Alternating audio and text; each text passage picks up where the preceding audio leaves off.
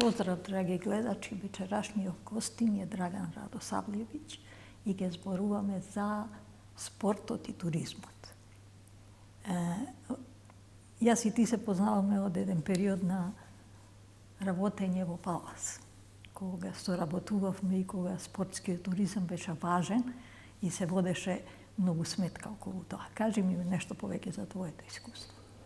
Добро, у тоа време работевме ние заедно и за мене тоа беше еден убав период. Па може да го споделам тоа дека јас бев одговорен за туризам и за конгреси у нашата агенција. Што значи тоа за спорт? Тоа значи дека сите настани, значи сите патувања, сите резервации на карти, дали се авионски, автобуски, возни, било какво, сместа и хотели, идеше преку нас и ние го тоа правевме и за работнички и за Вардар. Тие беа две најголеми и најаки екипи у Македонија у тоа време. У тоа време имаше можноста, значи тоа беше за спортиста добро по моје мислење, не викам дека така, дека можеше и да работи и да игра активно кошарка. Тоа бев и ја.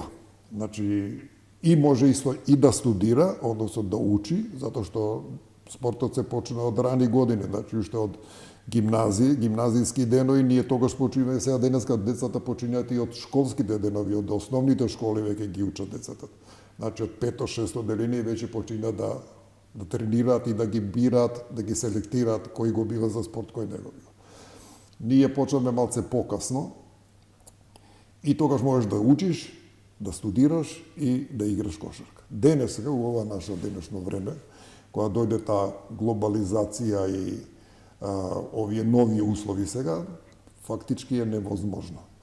Невозможно е да тренираш и да учиш. Или да работиш уште помалку. Збориме за, пошто сега више децата со 16 години, 17 години ги носат или ги зимаат клубовите овдека кај нас, да кажеме, не мислам кај нас само у Македонија, не мислам кај нас овој Југославија бивша, тоа е за мене нас. Или надвор негде ги зимаат, значи со 16 години. Претходно имаше еден југословенски систем кој до 27 години нити еден спортист не можеше да отиде било каде. До 27 години. Тек после 27 година добиваше слободно пас да може да оди да огри, што знам, Германија, у Франција, у Шпанија, кај сакал да оди. Тоа е денеска е сасвим друга ситуација. Значи денеска децата, моje мислење е, ја не ги гледам само оние што ќе успеат, значи ја више ги гледам оние што не успева, затоа што никому не му е загарантиран успех дека ќе стане врвен спортиста. Значи ако гледаме некоја процентуалност или некоја бројка, ако можеме да кажеме од 100 или од 1000 деца,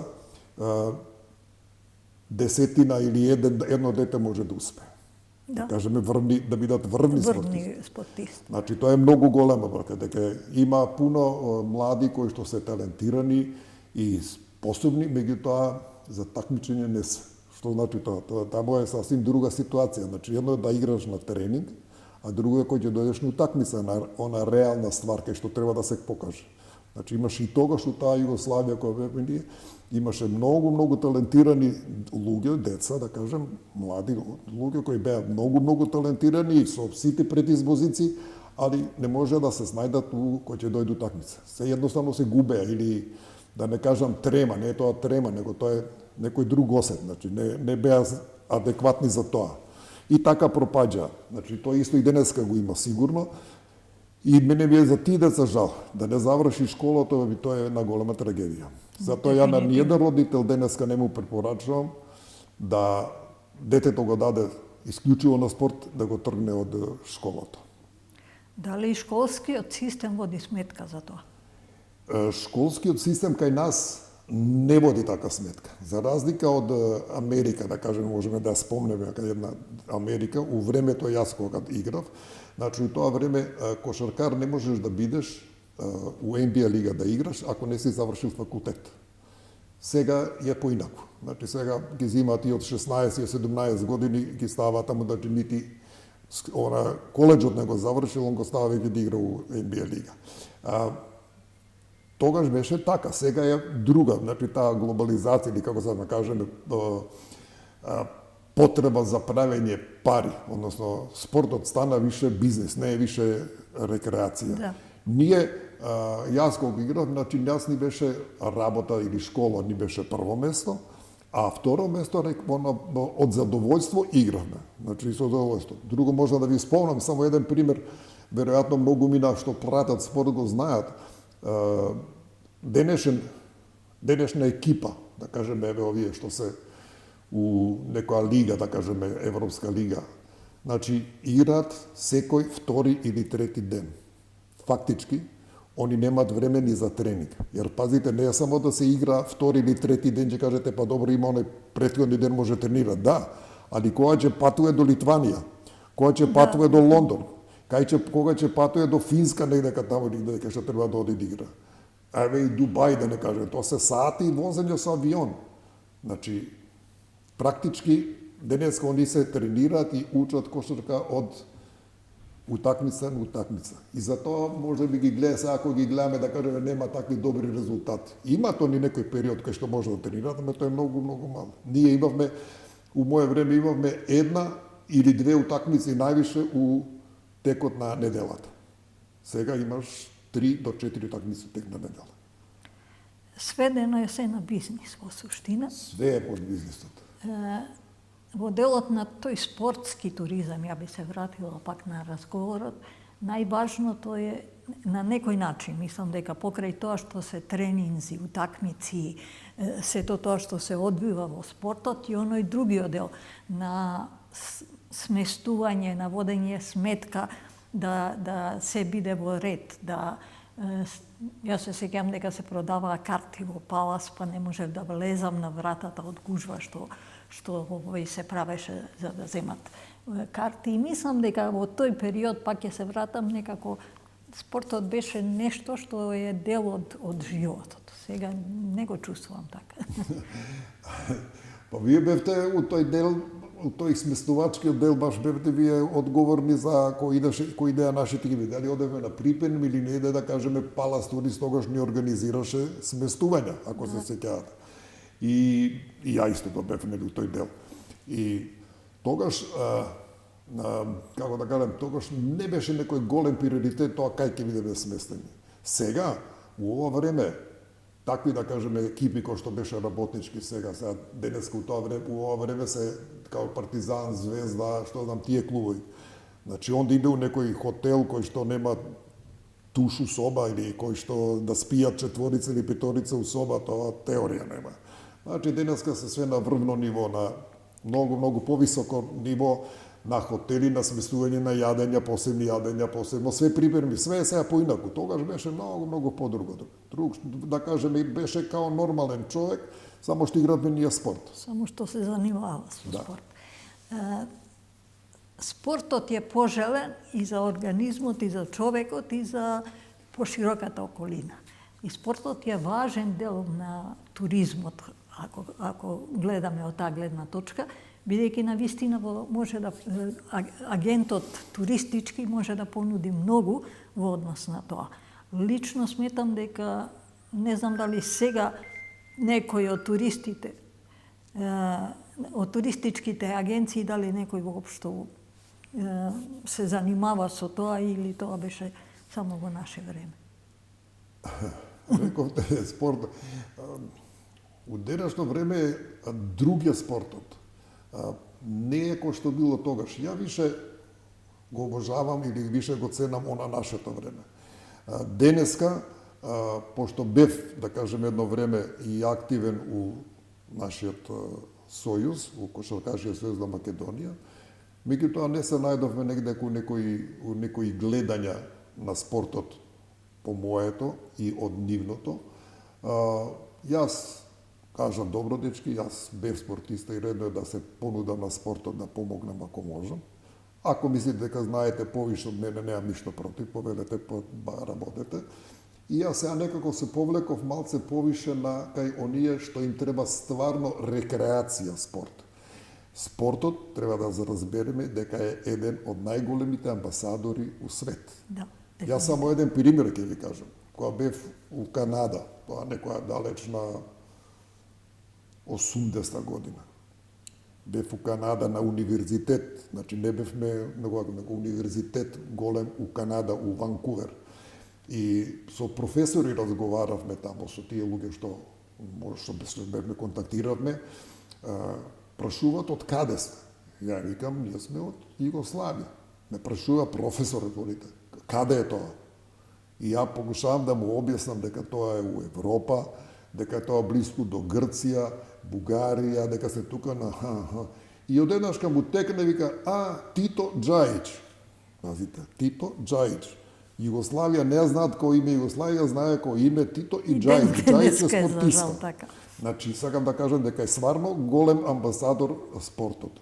И треба да го негуваме, и треба да го чуваме, jer тој е стварно голем. Кој настан денеска може да привлече голема публика, се, да кажеме, овие фолк пејачи што веат денеска и спортот? Ниеден. Толку голем народ не може, маса не може. Значи, има поддршка и треба да се чува спортот. И јас бев за тоа да се чува стварно спортот у Македонија, да го чуваме на подруго ниво него што е денеска. Денеска, на жал, дојдовме барем у кошарката, па еве и у фудбалот, на многу ниско ниво. Денеска јас се определив више да помагам, да кажем, у спортско, да ги рекреирам другите тип на луѓе. Да, ми кажа пред да почнеме, сакала нешто повеќе да ми кажеш. Така, не знам, може би знаете, и верувам и дека делот од гледачите не знаат, што значи тоа голбал. Голбал тоа е игра, некаков тип на фудбал за слепи лица. Значи, тие слепи лица носат маски своји кога играат, поред да што се слепи, значи носат маски за секој случај, дека не збориме само за оној тотално слеп, дека има и наслепи, значи, да не може уопште да се да гледа. И тој фудбал играат 6 играчи. Значи 3 играча играат на теренот, тројца се у резерва. И седат тројцата распоредени на гол кој е дугачок 9 метара и метар висок. Тројца, значи еден у средина и двајца на страни. Од друга страна исто, и они ја тркалаат топката која има внатре звонце. И они, значи, работат по звукот, го бранат голот. Значи, он има со тактилни, односно со пипање од страна, има обележено со специјални ленти каде доаѓа ивицата на голот, каде доаѓа ова, да може да знаат каде се отприлike и да го брани голот. И така игра тоа. И тоа го организиравме пред 2 години со 22 да беше, и со помош на еден пријател од Грција, со 2 грчки екипи и 2 наши екипи. У времето кога беше на најголемата хајка за Грција, Македонија, кои имавме проблеми, политички проблеми, не људски проблеми. Значи, не признавам политика у овој домен. И мислам треба да се тргне. И изигравме одека, само да ви кажам, дојдоа преку 100 души грци. И кога беа тука гости наши, ги поканивме, ги поднечастевме, ги односевме, средивме, заврши турнирот и отидовме на свечано, на едно као свечен ручек заеднички у кај Велешко езеро. Таму ги носиме голем ресторан, имаше проси, викам, таму е автобус, не може да стане сем таму, викам, овде у град нема кај да ги смести. После тоа, грците беа, ама буквално фрапирани, вика, овакво нешто, вика, да сме доживеле. Да знаем дека ќе биде приближно овака, вика, ќе дојдеше уште 2 пати во народ, вика. Ете, тоа го прави она политиката, тоа го прават луѓето. Колку е познато? Ја прв пат имам можност да чујам. Тоа е интересантно. У Македонија има неколку екипи и сега се планираме, например, сега со Министерката за образование, планираме да се направи еден ануален турнир, значи секоја година турнира се организира во Скопје и сега одредивме со школата Димитар Влахов. Тоа го правиме. Јас сакам преку школа, значи не професионална екипа, него школа. Школата Димитар Влахов, они имаат своји деца, таму се ученици. И им реков, дечки, овдека секоја година ќе имате повише и повише, не можете помалце, викам, овакви луѓе со посебни потреби. Значи, повише и повише. И убаво да им се направи тоа. Значи, сакам да им направиме да имат секоја година еден турнир, кој го организираат овдека у Скопје. За сега користиме салата на кошаркашки клуб Вардар, а у план е со Министерството, у план е да направиме, да се направи сала кај нив, за да може таму да се организира. Јер таму имат смештени капацитети, имат место за ресторан за јадење, ер тие луѓе се сепак со посебни потреби и не можат се дека да се движат. Значи, така лесно. Значи, а таму ќе бидат све на едно место и тоа ќе би било идеално. И планирам тоа да го направиме, уште додека можам да се крепам кој ти што се крепиш овака да бидеш активна и да им остане нешто као аманет, да им остане нешто за тие деца. Каква е посетеноста сега? Молам? Каква е посетеноста сега на одржување на таков турнир? Тоа е добро ви прашањето. Прво да објаснам дека тука посетеноста во главном е на родители и пријатели нивни. Нема некоја, затоа што пуно луѓе не знаат што е тоа. Меѓутоа, у таа посетеност треба да се знае едно. Таму мора да е апсолутна тишина. Да. Значи, таму нема она викање, праење, нема она зборење по телефон или што знам. Значи, мора да е апсолутна тишина, дека тие децата на база на слухот ја фаќат и ја бранат топката. Ја мислам дека тоа ќе биде интересантно и дека ќе успее у Македонија. Имаме добри контакти со Србија, имаме со Грција, имаме со Бугарија, имаме со Босна, има добри контакти, школото само има и ќе покушаме уште со некој да видиме да ги организираме да се направи тој турнир. Мислам дека и треба малце повеќе пропаганда околу тоа. Во секој случај, да, пропаганда треба и ја мислам ако се направи све како што треба, дека ќе биде успешно. Сега сме у кампања една со, ајде можам да го пофалам и до соочна клиника Жан Митрев. Он ќе ни биде, да кажеме, еден као спонзор исто за тоа, да организираме, да ни помогне дека тука ни треба помош. Дефинитивно. А ние тоа го организираме, јас сум иначе член билче на Lions Club International, тоа е Свети Пантелеймон у Скопје, и као Lions Club го организиравме тој турнир.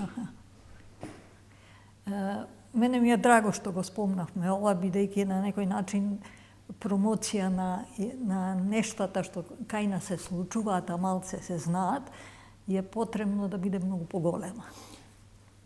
Треба, добро, видите, во секој случај, значи, за широка публика тоа не е многу интересантно. Не е многу интересантно, значи нема тамо дека ние кои идеме на надпревари, на утакмици, да идеш да се извикаш, да се истресеш, да се исправиш, све да направиш. Овдека е повише за оние, како би рекла некој, да видиме дека и тие деца да им дадеме шанса да бидат и активни и корисни. И да се чувствуваат нормално. Да се чувствуваат нормално. И затоа јас инсистирам да бидеме тоа на едно место, смештајот и тамо да бидат и играњето, кај ќе бидат у една екипа, за да може да они помеѓу себе комуницираат, дека денеска више секој мање више знаат јазици, англиски поколку се знае, така да они меѓу себе комуницираат. И тоа е добро за млади луѓе. Да не бидат дека се отфрлени од друштвото, него да бидат дека се дел од друштвото. Да, дека се дел од друштвото, за да можат и они да кажат еви ние знаеме да спортуваме. Сега они се ограничени у број на спортови, меѓутоа има вакви спортови кај што може да се активираат.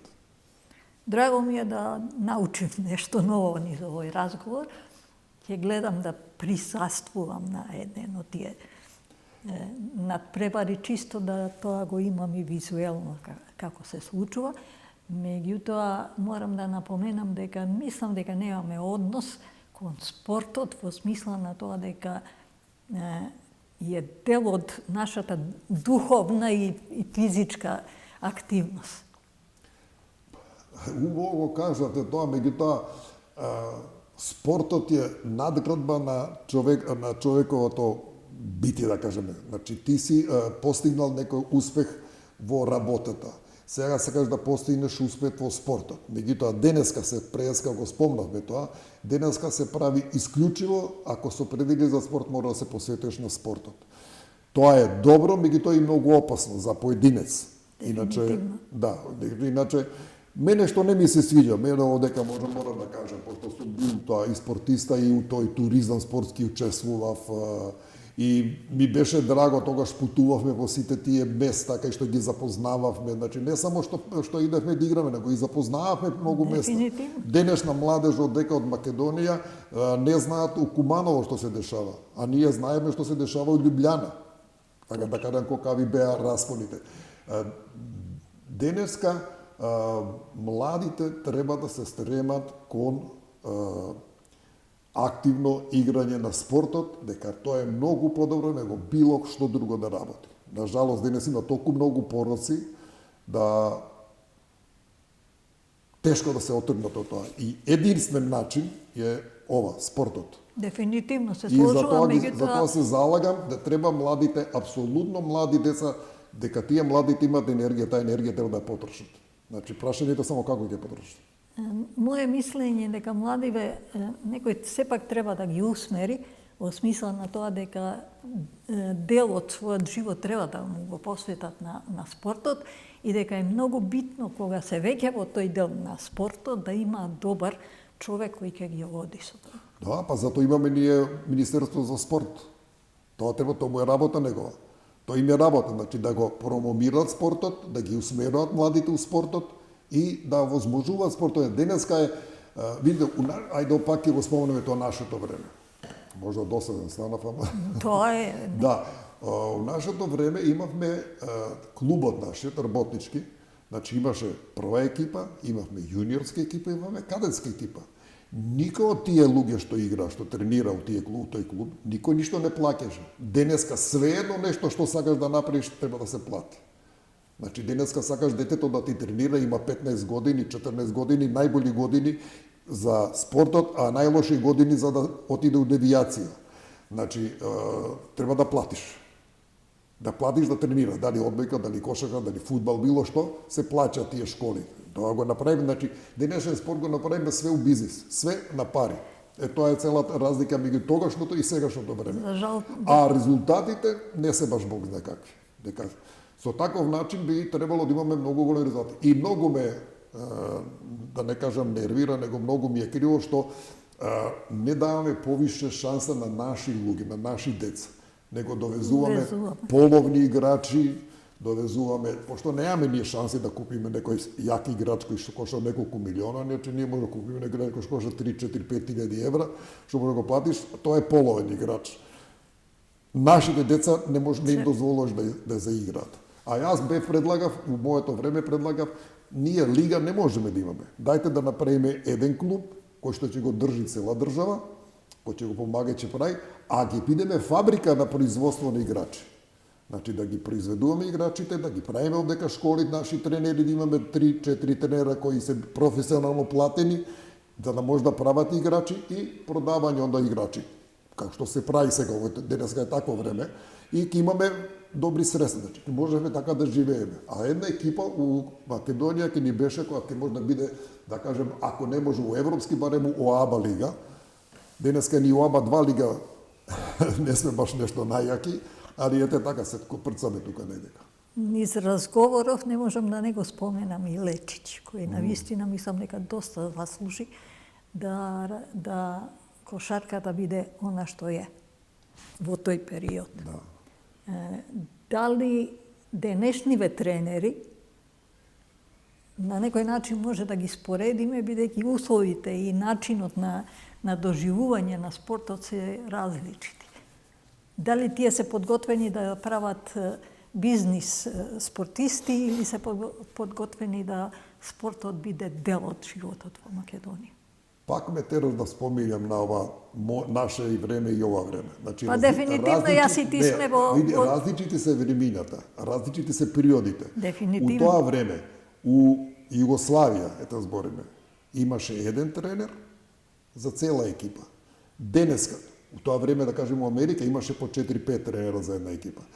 Тамо ние бевме као, тоа беа они втора вселена беа, не беа за нас. А денеска и кај нас имате по 3, по 4 тренера. Денеска тренерите, значи еден тренер за физичка спрема, еден за ментално, еден е за кош, еден е за шут, еден е за дриблинг. Значи имаш, погледнете ги, ако гледате NBA лига негдека, ќе видите, кој ќе појават на листа на тренери, пише тренер главен, тренер, онда помошен, по 5-6 комада ги има. Така се доаѓа до некој врвен резултат на некој спортиста. Значи, тој тренер кој даден, да кажеме, да гледа негова физичка способност за дриблинг. Дали има или нема. Ако каже има физичка способност, onda ќе му го усмерува на тоа да му дае насоки како да прави, што да прави. За скокот е другиот, за физичка спрема е трет човек. Значи, секој посебно си работи со него. Нашиот тренер беше еден, Лазо, и благодарејќи на Лазо, ние, Македонија, доби кошарка. Ние бевме, како би се кажало, у тоа време бевме куса нација. Значи, бевме многу високи. Ја да ви кажам, со 2 метри и 1 бев центар у Југославија. Значи, а не у Македонија. Значи, у Македонија немавме тако висок човек. Највисок човек ни беше у тоа време Дражо Лазова, кога некој памти, беше директор на Македонија, беше упрва кај нас, а он у тоа време пред мене, значи многу. Со Лазо, со тие беа кошаркари кои што 193, 5, 4 толку. Ја 2-1 бев највисок играч и мада ме пишува и 27. И играв у таа репрезентација југословенска и играв со најболите играчи, тие светски прваци што беа 70 година. Лазо беше у тоа година тренер на репрезентација која освои златна медаља светско првенство у Љубљана. Денеска тренерите, ја не ги окривам нив. Значи, они мора да работат оно што ќе му каже газдата, односно што ќе му каже оно што го ангажирал. А тие што ги ангажирал не ги интересира да направи играчи и да просперира наши деца, него интересира резултатот. И вика, моја фирма те плаќа за да гледа моја реклама тамо, да пише, да не зборам са имиња на реклами, на фирми, да пише горе, победила таа екипа, моја реклама. Тоа ги интересира нив. Жалосно, така е у светот денеска. Значи, сепак морам да се вратам и на старо. Спортот се сведува денеска на пари. Апсолутно. Додека лично сметам дека спортот е на нешто што треба да му помогне на нашето тело да бидеме поздрави, развиени, и ментално и физички, и дека е нешто што е дел од животот кој го минува. Па ви го спомна Преска. Ама, дајте како би рекле со овие новите млади генерации, како би ни кажале, вие се стари и не разбирате. Така би ни кажа и може е тачно. У тоа време така се правеше. Значи, со спортот се надградувавме да бидеме физички здрави, да бидеме здрави воопшто, дека физички здрав и ментално си здрав. Значи, не е добро само да учиш и цел ден да седиш у соба и да бубаш и да учиш и кажеш одличен ученик е. Да, али треба да имаш и физички спрема. Тоа било некогаш, сега више не е така. Сега, се кажавме, се двојат луѓето на спортот и на учењето.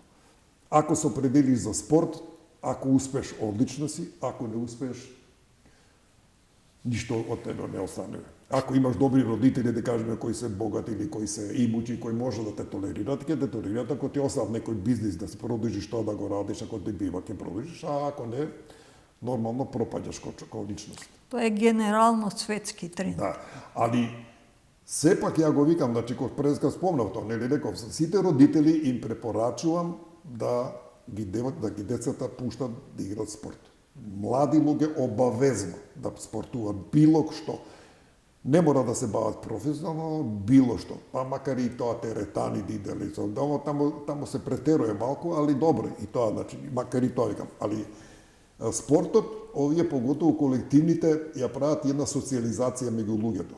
Значи, они спортистите тие комуницираат меѓу себе, значи се социализираат едни со други. И тоа многу значи. Значи, ни дам као пример, значи, у таа Југославија, кога игравме ние, пазите, у Југославија изборам. Југославија имаше тогаш 20-22 милиона становник.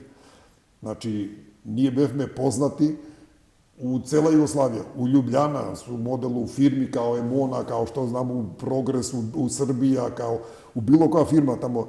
Ке дошол Драган, дојди прво, идеш гари генерален директор. Денес ти не може да дојдеш до директорча, не до директор некој. Али тогаш било така. Сега, например, еден Џоковиќ или што ја знам, некој Јокич, да кажеме, дојде било каде дојде, сите се да го видат. али колку ги има такви у светот? Тогаш имаше некоја вредност тој спортиста. Денеска они викаат да, вреден е добар, ама си зима тој пари. И као парите гледаат, а не те гледаат као личност која вредиш во нешто друго. И поимот сам спорт е денеска нешто сосема друго. А денеска е бизнис спортот. Тоа е факат и тоа не можеме да го избегнеме. Значи тоа е чисти правење пари и заработка за живот. Колку во школите на физичко образование децава се спремаат или се подготвени да бидат спортисти или да бидат бизнис спортисти? Кај нас трагедија. Значи, тоа е еден голем пропуст во школите, значи од основна школа, што ние физичкото воспитание го третираме као споредно. И многу девојчиња или дечија кои не сакат да играт, а има такви, не можеме да кажеме дека сите се за спортот способни, те боли ме стомак, те не можам ова, те бев денеска со мајка ми се карав, и неќе да тренира, и неќе да игра. Многу малце часови имаме у школите за спортот. И спомнав пред како зборевме за Америка. Мислам, тоа стварно за тоа мора да даеме пример. Ја не ги сакам американците као политика, меѓутоа као систем се феноменални. Таму од мало те третираат. Значи ти даваат шанса. Ако те бива за спортот, те продолжува. Ако не те бива за спортот, те става за глума, те става за свирење, значи не може секој да биде кај што се. Значи они од малецко те гледаат, те посматрат за што те бива и таму те пуштаат да одиш. И така е добро. Кај нас у школите еден час у недела или 2 часа у недела ништо не значи. Он би требало по мое, би требало да има барем еден час дневно, а ја би рекол и 2 часа за физичко воспитание. Jer през како спомнаме, здраво тело е здрав дух. Дефинитивно. Да, значи ако идеме здрава генерација, ќе имаме и здрави луѓе. Пак ја се вратам на школите. Во мое време јас учев гимназија во Ѓорче. Од Ѓорче потекнуваат ракометари. Да. Ракометот беше нешто што беше на некој начин потенциран кај нас у школата, бидејќи имавме добар тренер и голем дел од ракометарки потекнаа од таму. Пак ќе се вратам на нашето време, дека еден поинаков систем раѓаше поинакви спортски луѓе, од спортски работници до поединци. Убаво кажавте. Значи имавте добар наставник по физичко воспитание кој беше заинтересиран за ракомет, кој што го поддржуваше Трифун Костовски, ако се сеќавате тоа. Значи, уз негова голема поддршка, со наставниците по физичко, се комуницира и правеа, значи се вадеа тие деца кои што се способни да играат ракомет. И тоа се покажа дека е многу добра комбинација, значи бизнисот и спортот, заедно кои ги споите, да се направи врвен резултат. Ние бевме тогаш Македонија, Ѓорче Петер беше првак на Европа, Вардар исто првак на Европа. Тоа е, мојата цел беше да бидеме такви да се направи работнички кошарка, меѓутоа не успеавме. Односно, ја немав сили такви за да можам тоа да го спроведам до крај, али ја тоа го сакам, да го направиме, значи да бидеме такви. И уместо нас направија ракометарите, Јалал нека им ја викам, тоа е права работа за мене. Каква е состојбата денеска со кошаркари? Денеска е... Имаме ние спорт, не викам дека немаме. Меѓутоа не е тоа на некој ниво кој што би доаѓало да се напуни салата. Се сеќавате ви у тоа време, у работнички... Немаше место да се... Нешто немаш место, него колку имаше народ у салата, толку имаше народ пред салата. Значи тоа го знаеме, значи имавме многу само. Жалосно е тоа, ја би сакал тоа да се повтори денеска да може да се има, али дали ќе го имаме зависи од многу фактори. Уствари многу од еден фактор зависи ако се определат луѓето да направиме тоа што треба да се направи и да се истрасират, да се сакаме вака да правиме, ова ќе правиме и готово. Јер ако немате план, немате ни програм. Дефинитивно. Јас почнав веќе да зборувам за Скопје 2028. Дел од цела година на одвивање на нештата, веројатно треба да биде и спортот. Дали некој размислува или дали некој воопшто прави некоја програма за тој период, бидејќи ги има и многу луѓе од странство и се. Еве ви, тоа е многу добра идеја што спомнавте и еве поддржите и вие, да поддржам и ја и да видиме со Министерство за образование да го протнеме овој спорт голбал, кој што е невиден овдека, не го знаат многу, да дојде до некое ниво, да кажеме, дали вие знаете што значи за тие деца со посебни потреби, така да ги кажуваме, да дојде публика да ги види, да видат они дека има унутра пуна народ, дојдоа да ги гледат. Дали знаете што значи тоа за нив? Тој самиот ќе се чувствува вреден. Јас сум го осетил тоа лично, кога на тие деца у школата Димитар Влахов, кои носевме, као мој клуб Лајанс Пантелеймон, носевме опрема, спорт, патики, тренерки, дресови. Вие не знаете каков тој осеќ кога ги го видиш тоа детето, тој осмехот на негово лице, колку значи, ја викам, пари не постојат кои може да не платат за тоа. Значи, тоа е нешто феноменално, значи, некој феноменален осет да можеш да му помогнеш, да му даеш рука на такво дете да се покаже да он игра. Нивните родители седеа тука до нив. И да тој се чувствува дека е вреден, дека нешто постигнува, дека е... Да, дека он вика, еве, никој не ме заборавиле, не сме ние на маргините, ние сме тука, значи, они се стварно тука со нас. Ние само што се, знаете, додека не дојдеме у проблем, ние мислиме дека све така. Кој имаме, не дај Боже, никому никаков проблем, онда видиме, видите како овдека никој не обраа внимание. Ето, тоа е проблемот кај нас. Додека си здрав, све е добро, кога ќе се радуеш, ништо не чини. А ја би сакал да видам малце поинако, значи и на овие што им е потребно, да им дадеме шанса, имат они шанса. Значи ние као клубот направивме за тие деца го опремивме една просторија за тренинг на масажа, за да можат да масираат. Jer они немаат многу можности да придонесуваат, да заработуваат.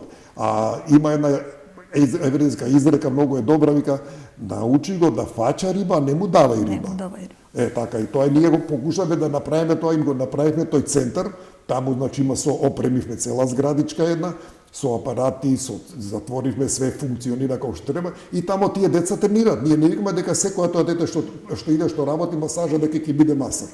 Али, и 1, и 20, и 5 души да бидат, тие се самостојни, ќе бидат, можат сами да се издржуваат. На која возраст се тие деца? Кога год сакате. Тие се деца, основно школа, значи тие деца од тамо од 10 години, 9 години па нагоре. До 21 години, после 21 година више се ги оставаат сами на себе. И онда ако има фамилија добра која може да ги чува, они ги чуваат, па онда се тие јавуваат у тие професионални клубови за голбал, ако има интерес за спорт детево.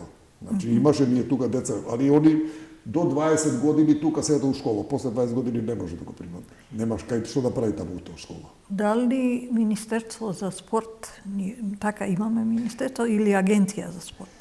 Не, сега е Министерство, нема више агенција, да заврши.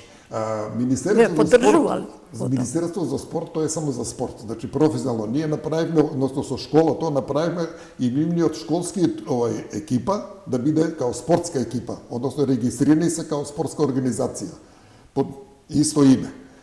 Значи, ги третира таму. Сега, тоа треба Министерство за спорт да го уврсти у свој календар, да обезбеди, да кажеме, соодветни термини, места, значи, што сакаме да направиме со тие деца, да кажем, има 1 турнир, 2 турнира, 3 турнира, да се прави, значи, она што го рекувам пред програма да се направи. Кој се направи програмата, онда имаме све. Без тоа не можеме да направиме ништо. Значи, стихиски не е убаво. Ние ова што го правиме, сега го направиме стихиски. Значи, без, а јас сакам да насмеав, меѓутоа мислам дека нас програма воопшто ни фали за многу нешта.